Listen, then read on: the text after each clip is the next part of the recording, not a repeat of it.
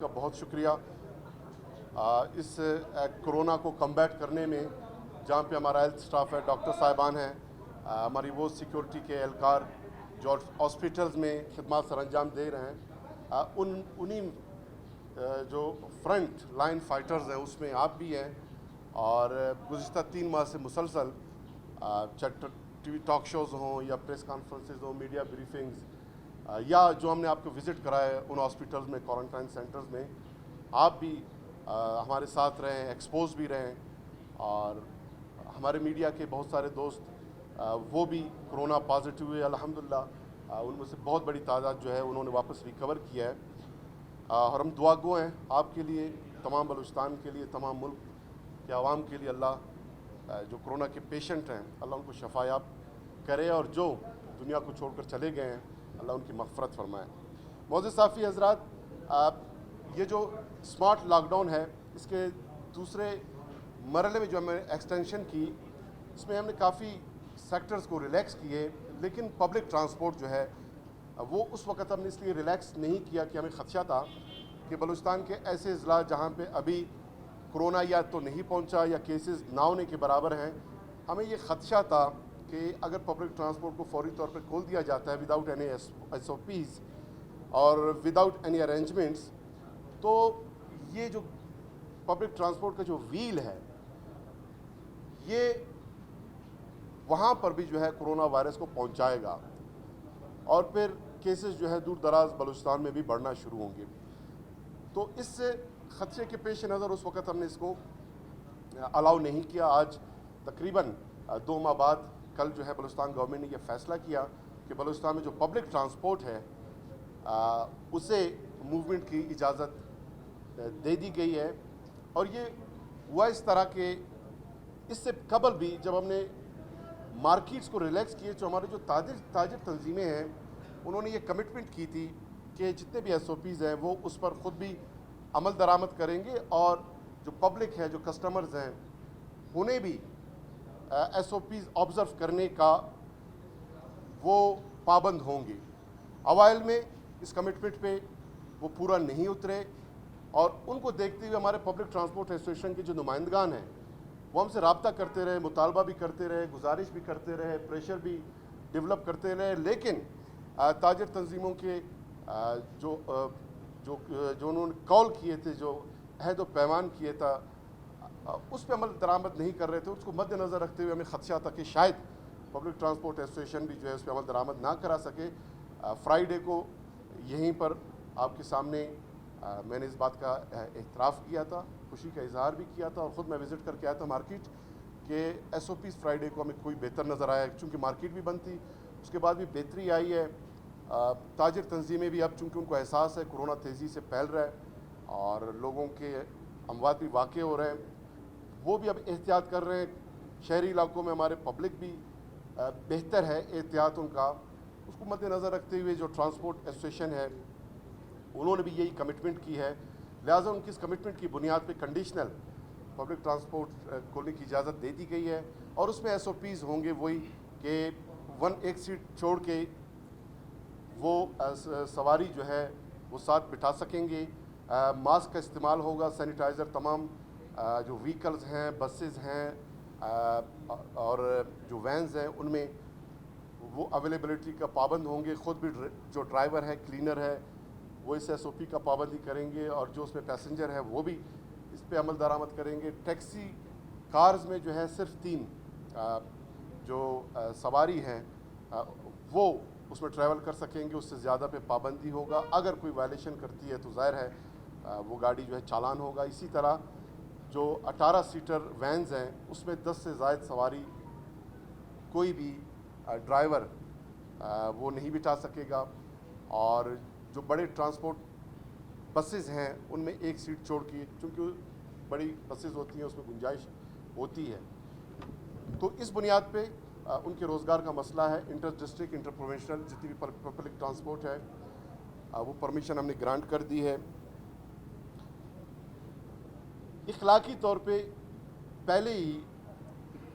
तमाम महकमे वो इस बात का पाबंद थे कि जो कोरोना के जो पेशेंट्स हैं उनके जो ज़ाती कवायफ हैं وہ کسی کے ساتھ شیئر نہیں کر سکتے تھے، لیکن اس پہ کوئی پابندی چونکہ قانونی طور پہ یا گورنمنٹ نے کوئی پابندی عائد نہیں کی تھی، تو پھر ہم نے محسوس کیا کہ یہ جو ڈیٹا ہے یہ کہیں لیک ہو جاتا تھا، اور پھر لوگ جو ہے نا اس کو میڈیا، سوشل میڈیا پہ اس کو پروموٹ بھی کرتے تھے۔ اس سے ہوا یہ کہ جو پیشنٹس ہیں ان کو پریشانی لاحق رہا، اور ان کے جو فیملی کے ممبرز ہیں، شروع میں تو بڑا اسٹگمیٹک تھا، آج بھی بہت سارے لوگ جو ہے اس کو اسٹگمیٹک ہی سمجھتے ہیں۔ تو اس پریشانی کے سدباب کے لیے بلوچستان گورنمنٹ نے یہ فیصلہ کیا ہے کہ جو کورونا کے پیشنٹس ہیں ان کے کوائف، ان کی تفصیلات کوئی آشکار نہیں کر سکے گا، اگر کوئی کرتا ہے تو اس کے خلاف قانونی کارروائی کی جائے گی۔ ہمارے کل جو ہے اس وقت 31,100 ٹیسٹ ہم نے کنڈکٹ کیے ہیں بلوچستان میں، اور جس کی اب جو پیشنٹ اس سے سامنے آ رہے ہیں وہ ہیں ٹوٹل کا اب 21%، 6,516۔ حالانکہ یہ ایوریج ہمارا 13% شروع میں رہا، پھر بڑھتے بڑھتے جو ہے یہ 19.8% جو لاسٹ فرائیڈے کو میں نے آپ کے ساتھ ڈیٹیل شیئرز کیے، اب یہ دیکھیں 21% تک پہنچا۔ اس کا یہ مطلب ہے کہ کورونا جو ہے بلوچستان میں تیزی سے پھیل رہا ہے۔ کل ہم نے جو ٹیسٹ کنڈکٹ کیے 1030 ٹیسٹ، اور یہ وہ ٹیسٹ ہیں جو فرسٹ ٹائم